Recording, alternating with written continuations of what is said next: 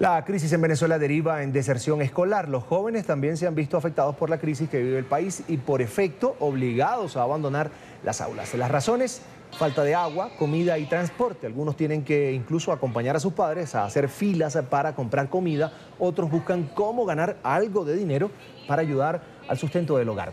Otro de los problemas en el sector educativo son los bajos salarios de los profesores y las fallas en la infraestructura. Como resultado de esto, se ha generado un crecimiento en la deserción escolar. Vamos a saludar a esta hora a Olga Ramos, es integrante de la Junta Directiva de la Asamblea de Educación en Venezuela. Ya la veo en pantalla. Bienvenida a NTN 24, es un gusto saludarla. Muchísimas gracias, mucho gusto para ti. Es un placer. ¿En cuánto estiman ustedes desde la Asamblea de Educación la deserción escolar ahora mismo? Mira, nosotros no tenemos ningún estimado que podamos decir de manera responsable, porque las cifras que debemos tener en Venezuela sobre la asistencia y no asistencia de los niños a la escuela las provee el Ministerio de Educación. Tenemos algunos casos puntuales, pero con los casos puntuales no se puede generalizar. Sin embargo, sabemos que en la zona fronteriza hay mucho más abandono de los niños de las escuelas que en algunas zonas del interior del país, pero que en términos generales una de las cosas que está sucediendo es que los muchachos están abandonando la escuela. Y quiero hacer aquí una precisión: no se puede hablar de deserción hasta que el estudiante no vuelva a inscribirse al sistema educativo. Lo que está sucediendo ahorita es que están abandonando, pero lo más grave no es necesariamente el abandono, que se da por dos de las razones que tú mencionaste. Una, la migración hacia otro país, y la otra porque los muchachos tienen que salir a trabajar. Lo más grave ahorita es la inasistencia recurrente. Esto significa que los estudiantes están faltando 1, 2 o 3 veces a la semana a clases, lo que implica que el tiempo de participación en el proceso educativo se reduce, pero además para el grupo de estudiantes con los que participan, para una sección o para un grado, para un año, la situación de la planificación de la enseñanza se hace mucho más compleja, porque el docente tiene que estar permanentemente haciendo ajustes para garantizar que todos los estudiantes, independientemente de las faltas recurrentes que tengan, puedan participar y tener la misma oportunidad de aprender. Entonces, estas inasistencias recurrentes se han convertido en la cotidianidad en las escuelas y están dificultando mucho el trabajo de los maestros, pero además están disminuyendo la calidad de los aprendizajes. Señora Olga, ¿este fenómeno se presenta más en el sector público o en el sector privado también se está viendo?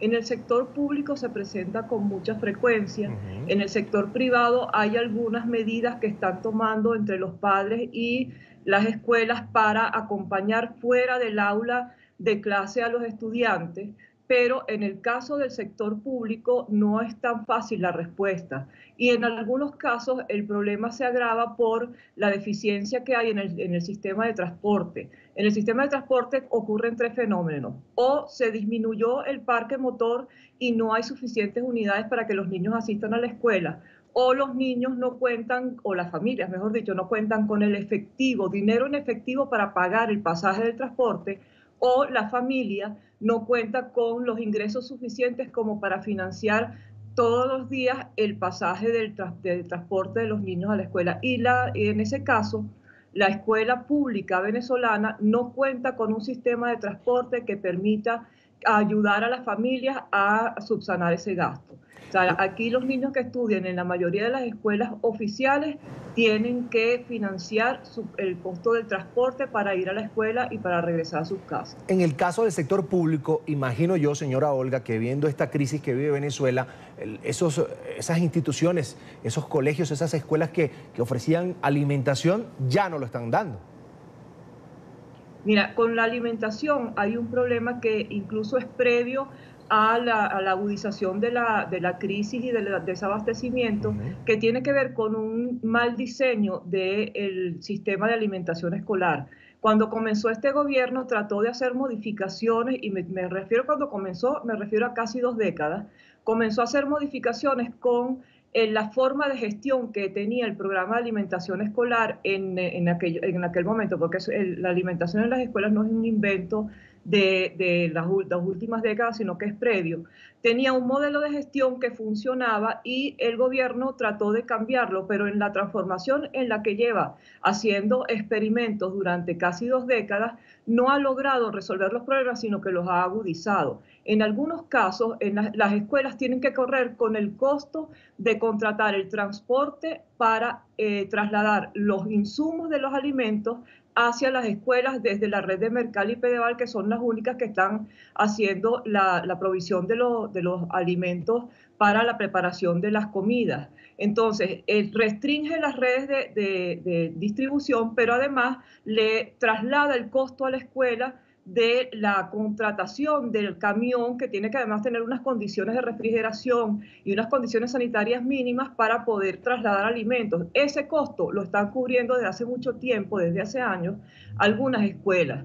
Y con el aumento de la escasez y el problema de la hiperinflación, pues se ha convertido en muy cuesta arriba en la dotación de alimentos. Eso significa que lo que ya era un problema que requería una atención inmediata se ha convertido en un problema gravísimo. En algunos casos se mantiene la alimentación, pero lo que se provee es de tan baja calidad nutricional que no está resolviendo la alimentación como tal, o sea, no está prestando el servicio que debería. Muchas veces, y eso lo hemos visto con reportes que cada vez se están haciendo más frecuentes, los niños van a la escuela sin desayunarse, pero además como no hay alimentación en la escuela, en algunos casos se desmayan al inicio de la jornada escolar, pero en otros casos cuando no hay el programa de alimentación, lo que sucede es que se restringe o se acorta la jornada escolar, es decir, los niños se mandan para sus casas antes de cubrir el total del horario, por lo que también se reduce la cantidad de tiempo que pasan en la escuela y por lo tanto se reducen los aprendizajes. Eso, complementando lo que te comentaba antes de las inasistencias recurrentes, está haciendo que el tiempo de aprendizaje sea muy poco y de muy baja calidad, con el agravante de que los niños no están en las condiciones físicas para estar aprendiendo de verdad. Ahora, a este panorama de tragedia, también hay que sumarle el tema de los bajos salarios de los educadores, que también se van del país buscando mejor calidad de vida, no solo para ellos, sino para su familia. Y me corrige usted si no es así. No, es que es así, pero además tiene una situación paralela, que no es solamente los que se van porque se van para otro país, es que hay muchos docentes que están dejando el sistema educativo para conseguir alguna fuente de ingresos que sea mucho más rentable o que le permita tener un ingreso mínimo para mantener a su familia. Entonces están dejando de ser maestros para hacer otras cosas con las que puedan ganarse la vida. Hoy un maestro tiene tan bajo salario que termina financiando su trabajo en la escuela con trabajos complementarios que hace en el turno que no está dando clases, y eso no tiene ningún sentido. Es decir, uno no puede trabajar en otra cosa para financiar el trabajo de maestro.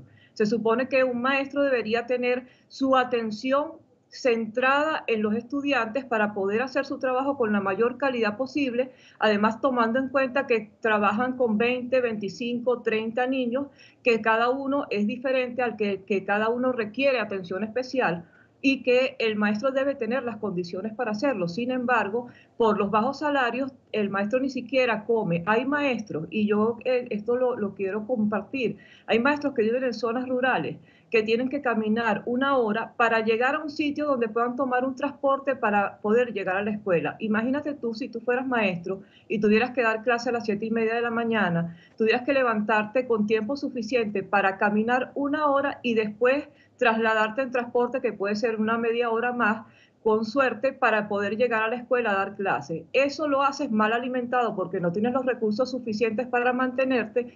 ¿Con qué fuerzas un maestro puede atender las necesidades de 20, de 25 niños, y además de 20 o 25 niños que están faltando intermitentemente a lo largo de la semana en 2 o 3, ponte tú? Normalmente lo que sucede es que están faltando 5 niños diariamente, pero niños distintos a lo largo de toda la semana 2 y 3 veces. Bien, quiero agradecer a Olga Ramos, un miembro de la Junta Directiva de la Asamblea de Educación en Venezuela, por estar con nosotros estos minutos aquí en NTN24. Señora Olga, es un gusto. Muchísimas gracias a ustedes por tocar el tema.